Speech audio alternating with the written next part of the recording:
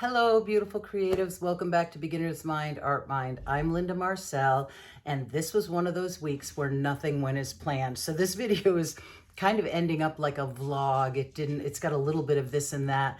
It didn't go as planned because I went out with my newly filled palette that I have in a video I filled a couple of weeks ago, and I didn't use my vinegar. I talked in the video about how I was testing out Winsor & Newton's blending medium, and it didn't work, and I'll show you what happened. The blending medium, on the other hand, worked fabulously in my dry palette. It is keeping my Art Toolkit dry palette really easily re-wettable, and I love it, and I'll talk a little bit more about that.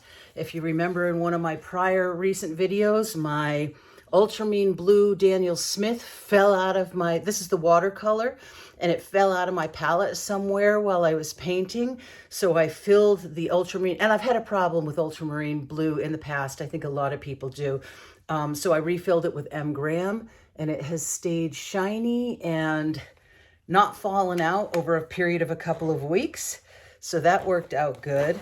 I also received my order from Art Toolkit of my extra pans for my folio. If you remember, I was gonna change things around in my folio palette a little bit. Why don't I actually flip the camera around and show you my desk? Because there's just so much going on, and I show you little bits of each thing in this week's video. So I hope you enjoy the video. Looking forward to reading your comments. Oh, and please do remember to give it a thumbs up if you enjoy the video, and to subscribe if you'd like to see more. Thanks, guys.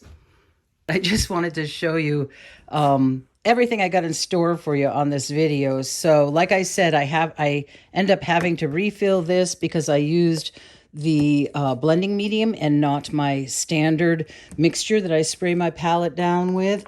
I got the little plates to rearrange my folio palette from Art Toolkit, and I actually do a plein air painting outside. I didn't film the process, but I show you the finished plein air painting. And then I did another, well, I went out to do a plein air painting, and it was pouring, and I show you that. So then what I did was, because I went out to paint dandelions, and because it was pouring, I take you for a walk down to the cottage to show you the progress that we've made on the cottage since the roof got put on. And I talked to you about how this Senex gouache stayed wet for many days under a little bit of plastic wrap. So this Senex gouache stays wet a really long time. Anyways, and then this week I finished this sketchbook with a bunch of contour drawings that were so much fun to do. I did a hand drawing video for my patrons. I think that's going to go up next week. I filmed that for the patrons, and then just did a bunch of contour drawings that were so much fun. So this is ready for a sketchbook tour. I don't do that in this video, but that is going to be coming up.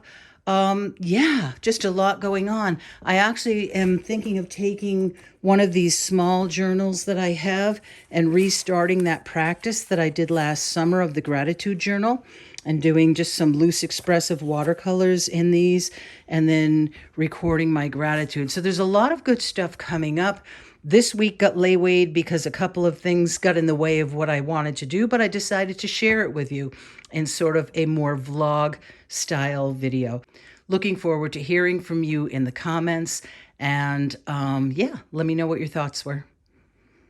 So if you follow my YouTube channel, you know that I normally spray my palette down every time I use it with a mixture of distilled water and a tiny bit of vinegar, and I just keep it sprayed down with that. So a very small amount of vinegar is getting into my palette. This time I decided not to do that because someone had told me that blending medium prevented mold. Almost every single one of these paints has mold on it. I don't know how well it's showing up, but these all have mold.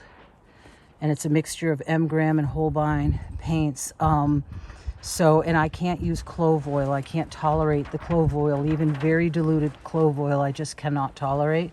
So I am going back to using my very diluted vinegar and distilled water mixture for my palette, because that's disappointing. I'm out here ready to paint, and I can't use these paints. My whole palette is filled with mold. Yep, so that's disappointing because normally I would have used the vinegar mix and I would have not a drop of mold during the whole plein air painting season.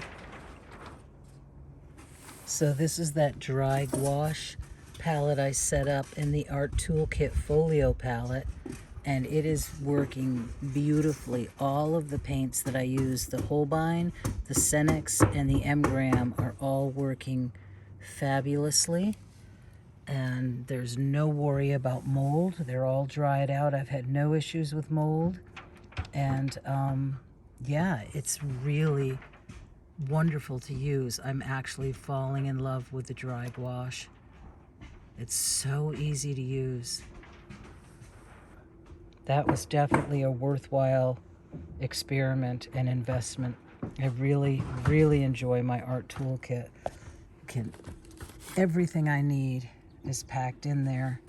And here I actually have a tube, an extra tube of the M-Gram white if I need it, and all my pencils, my Derwent brushes. I have regular gouache brushes if I want them. I have a little tiny spray bottle. This is my Art Toolkit watercolor palette that I have, filled with Daniel Smith watercolors. In case I'd rather do watercolor, but I gotta be honest with you, I'm loving the gouache so much. I actually haven't touched the watercolor since I set up the gouache palette. It's just really wonderful to use. I actually think it was Bernard Delario who I first heard about this from. He gave a class at Winslow Art Center where he talked about using dried gouache. I was down at the Cottage filming this, so I had to turn the volume off because Dawn was making so much noise hammering while I was showing this to you. Okay, so I brought my moldy palette back to the house and I scraped out as much of the paint and mold as I could, wearing a mask outside. And now I'm going to pour some vinegar in there and on here to just kill any residual mold, and then I'm going to rinse it off and start over. For me, lesson learned.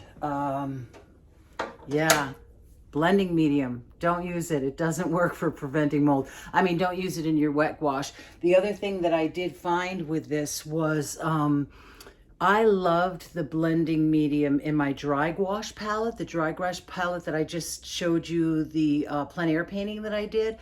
I loved it for that. It really keeps the paint, it makes the paint re-wet really easily. It seemed to keep it from cracking and falling out. The experiments I've done so far was it re-wetted much easier when I used the blending medium in it. I didn't like the feel of the wet gouache when I used the blending medium in it.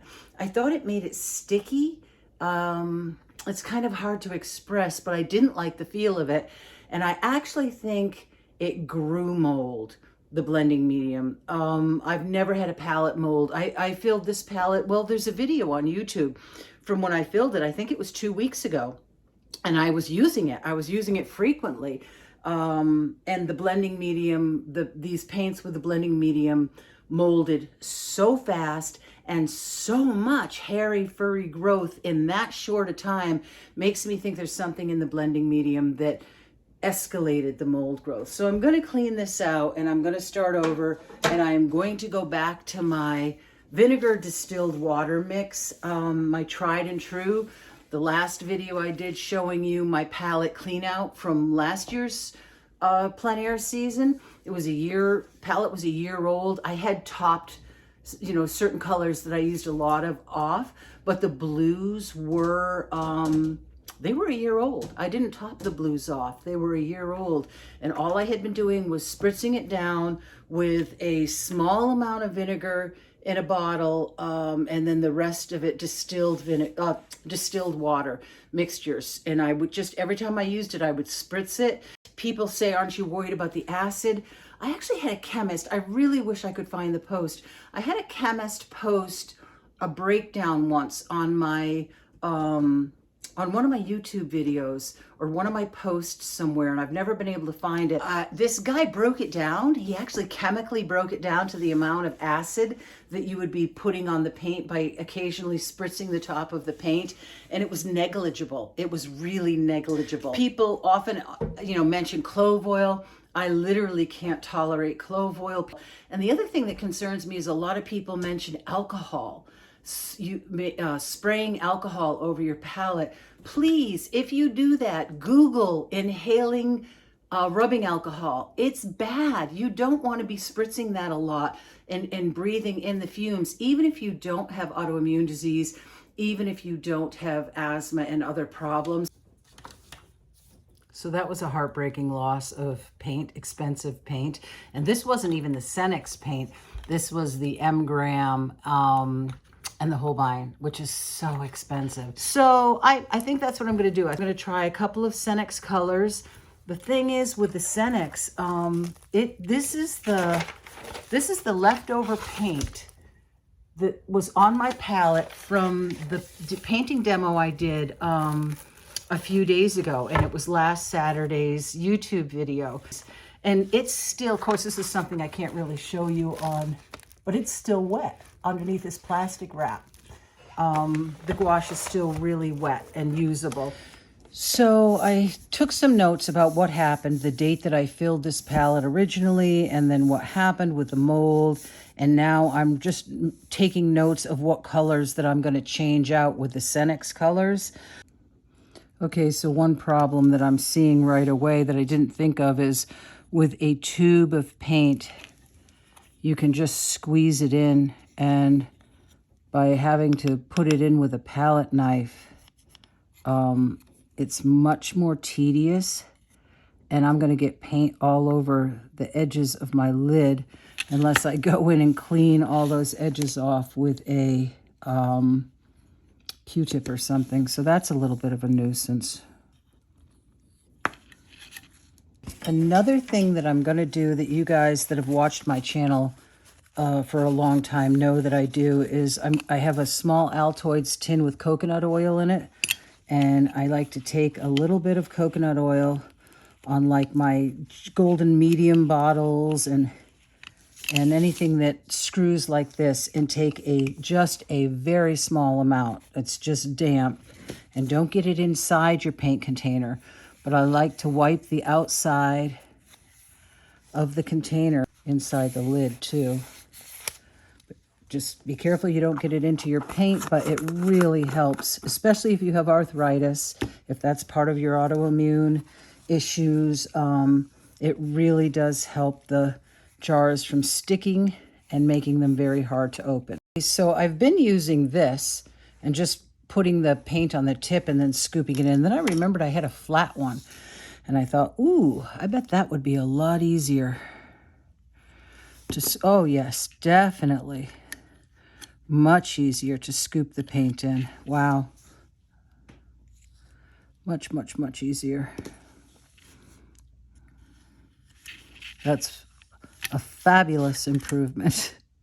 I actually had somebody a few weeks ago on one of my videos really lay into me about how excited I got about things. She went on and on and on about how you need to gain control over yourself. You're ridiculous. It's embarrassing to listen to you talk, with all your exclamations. And then she actually went through the video and took quotes of every time I said, oh, wow, isn't this great? Oh, it's exciting. Oh, it's so thick and creamy. And she quoted me. So she watched the video so that she could get quotes. And I responded by saying something like, as a 60-year-old disabled artist, sharing my creative journey with chronic illness with others so that, they can be encouraged to create, I will continue sharing my joyful exclamations because I feel like there's not enough joy in the world and too much cruelty. And she deleted the comment. So I decided to switch my vinegar distilled water mix to a transparent bottle so I could actually see what my mixture was to try to get a better idea. So I put about that much vinegar in, maybe a little less, but about that much I would say. And then the rest is distilled water. So let's see what happens.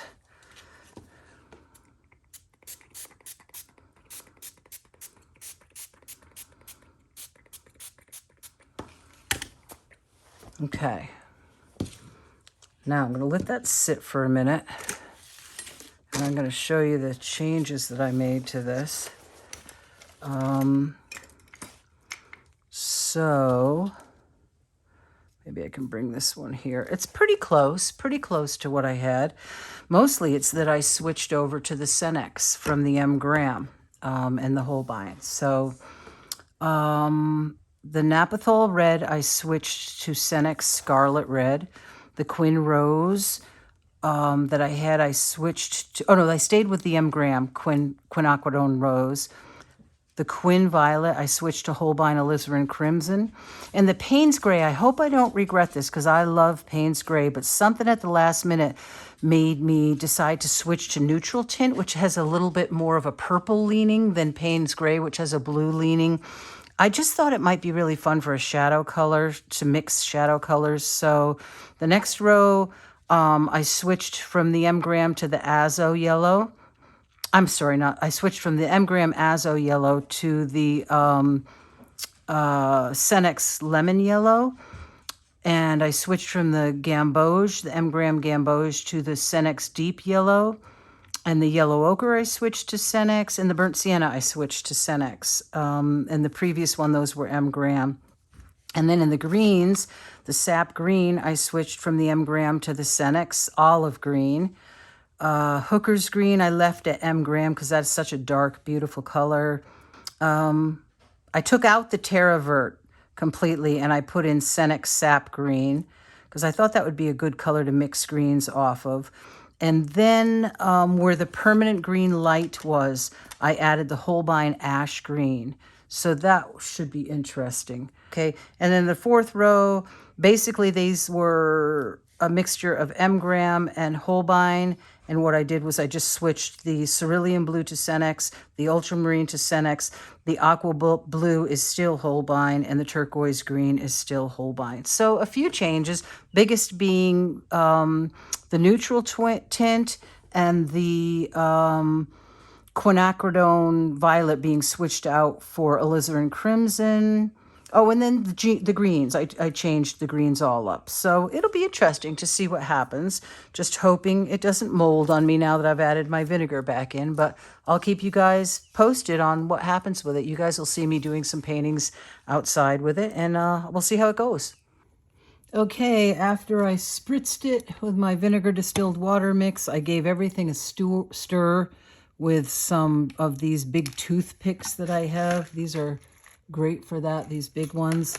And I'm ready to cap it. Because the Senex gouache is so much thicker and denser than the M gram, when I pour this palette completely with M gram paints, I have to let it sit for quite a few hours to let things gel up before I can cap it. But these Senex gouaches and the Holbein also are a thicker consistency, so I can actually cap this right away. I do have a couple of M gram colors in here that are a little soupy, but I'm going to cap it anyways because I don't want my Senex and Holbein gouache to dry out too much. So, goodness gracious, 2 weeks later, and I'm refilling my, I wish I could say 2 weeks later I'm refilling my palette because I've done so much painting, but yeah, that's not the case. Although luckily I did do some painting and I did use a bit of this paint. So at least it wasn't, you know, all of them completely full. All right, so that's what I was up to in the studio today. Coating these with, getting all of these coated with the coconut oil so they're easier to open is really, makes my hands really happy. So that was a good chore to get done on a rainy afternoon. And rainy days are so perfect for getting these chores done that you're not so crazy about. So I got all my painting supplies together, packed them all up in my backpack. my trusty Ocean State backpack and came out to paint all the dandelions that we have in the yard. There's forsythia. Over there, there's a bunch of daffodils. And it started raining. So I ran back in and got my hat and poncho. And I thought, well, maybe it'll just be a little bit because the sun had sort of come out. But it's like really raining now. So I may just walk down to the cottage because Don and a friend of his are working on the cottage today. So yeah, I'll go down there and maybe I'll paint in the cottage. We'll see how it goes. Dodge the raindrops. I was really looking forward to painting dandelions, but under the trees it's not too bad. But there's no dandelions under here. Okay, well, I'm gonna walk down to the cottage and see what the guys are up to down there. We are just starting to get our spring greens in Vermont. Let's see, I think today's May 3rd. It's just starting to turn green. I could paint the old stone wall.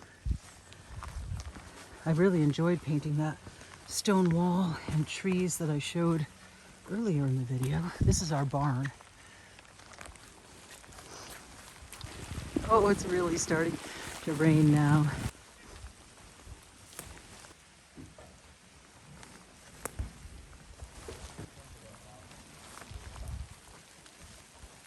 I know I've showed it to you guys from the road on the other side. I don't know if I've ever come through the woods and showed it to you guys, but that's what it looks like from this side. Stepping out between the raindrops, taking pictures of the dandelions. I don't trust that the rain has stopped for that long though. So I'm not sure if I should grab my paints.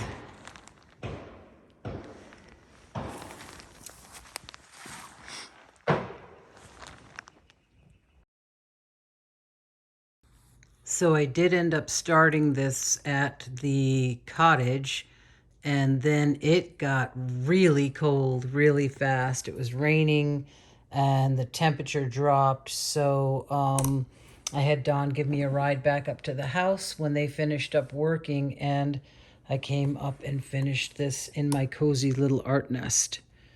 And that was supposed to be my plein air dandelions, but didn't happen today because of all the rain. Still, it was a fun little painting to do.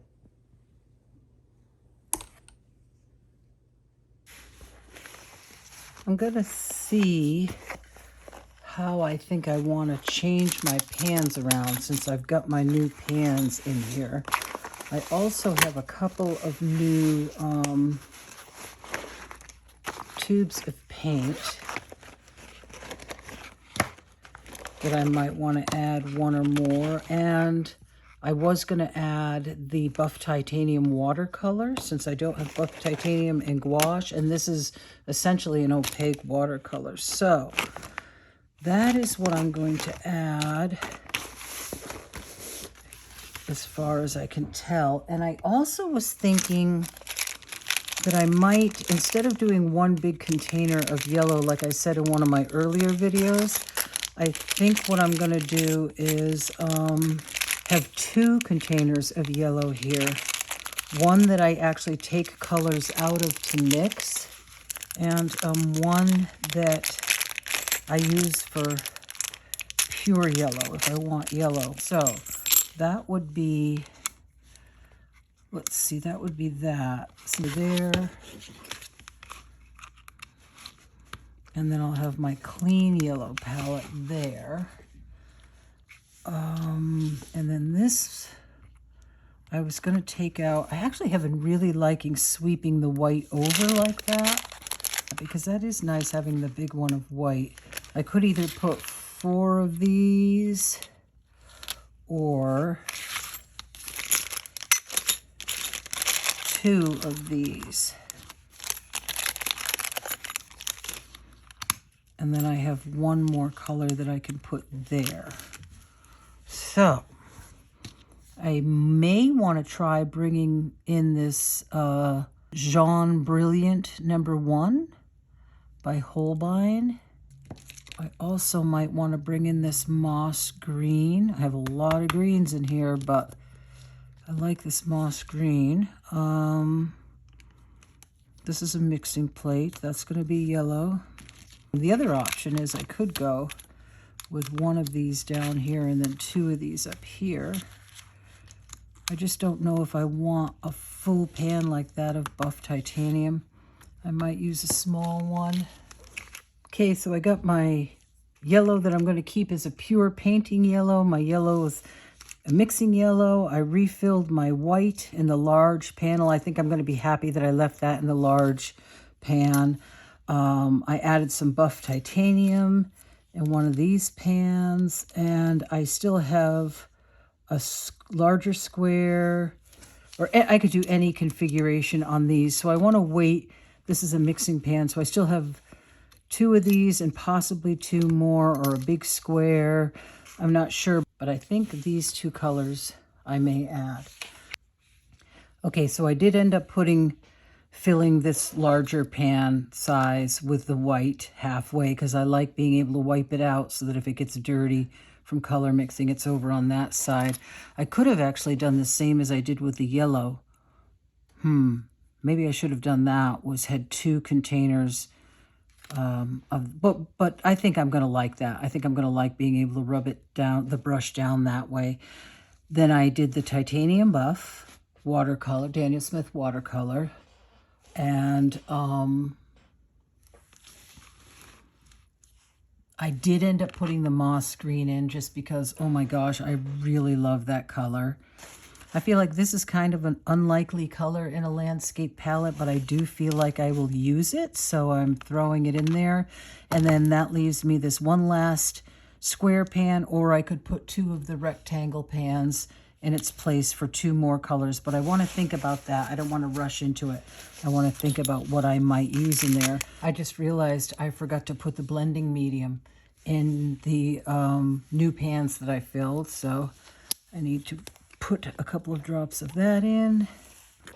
I definitely won't be using it in the wet gouache palette anymore, but I do really like how nicely it makes these re-wet. So I want to be sure to mix that in.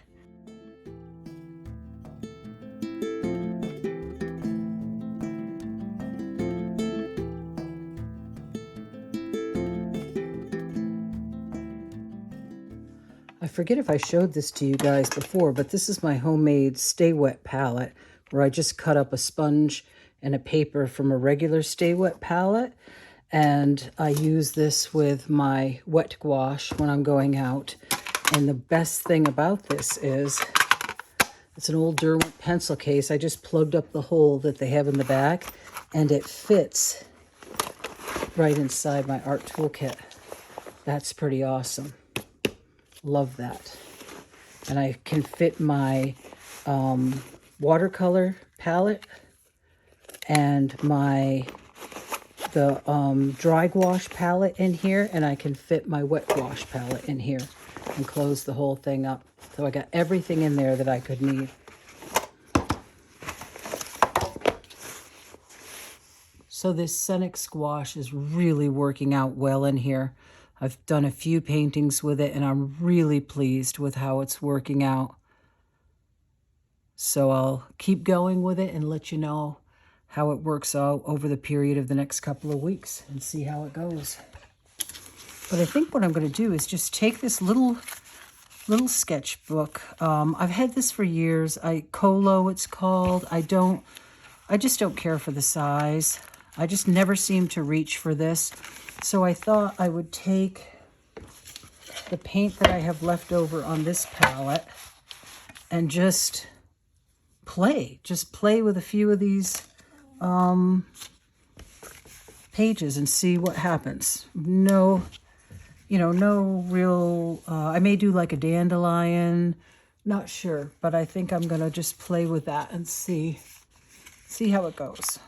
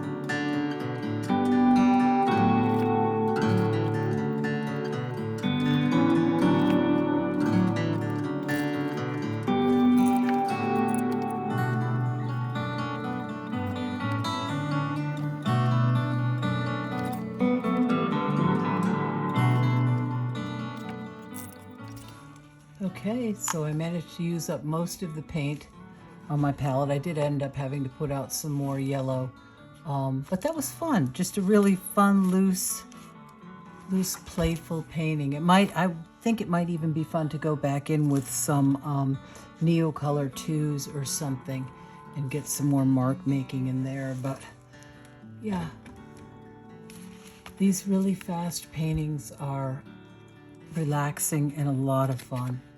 And I think maybe that's how I'll end up using up this little notebook that I've just never really gotten that fond of. It's not great paper. It's actually a kind of odd feeling paper. So I think I'll just go through and do really quick palette cleanup paintings in this one. So I did end up doing one more. And I thought, first of all, I realized this paper is too thin. If I am going to continue working in this, I'm going to have to glue 2 pages together because it's very thin. I mean, you work on one painting and you're actually re-wetting the painting in the back. But I thought for this second one, it would be fun to go in with some Neocolor 2s. So I'm going to do that. I'm just going to see what happens if I just do some scribbly play with some Neocolor 2s.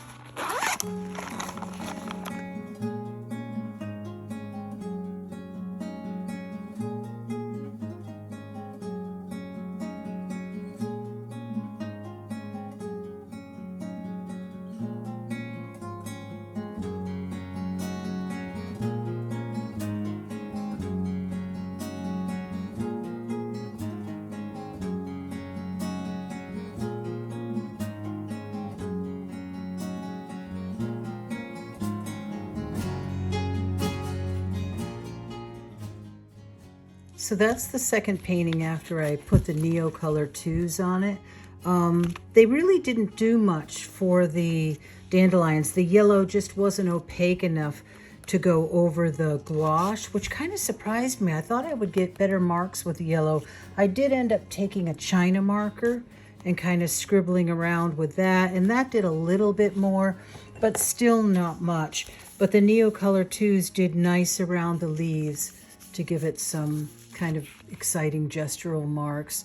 So those are the 2 paintings that I did, and with the leftover Senex gouache on my palette, really amazed at how well it reactivated after it was, you know, pretty dry. There was a couple of puddles that still had moisture, but most of it was pretty dry. So that was fun to do, and I think like I said, I think I'll continue doing just sort of some expressive stuff in this, but I am definitely going to have to glue the pages together because these, once you get one page wet, you're just sort of ruining what's on the page below it. Okay guys, so that's it for this video. I hope you enjoyed it. I hope it was fun for you seeing all the little bits and pieces of what's been going on in the studio. So if you made it this far in the video, write dandelions in the comments below, and have a wonderful week. I will see you in the next video. Take care.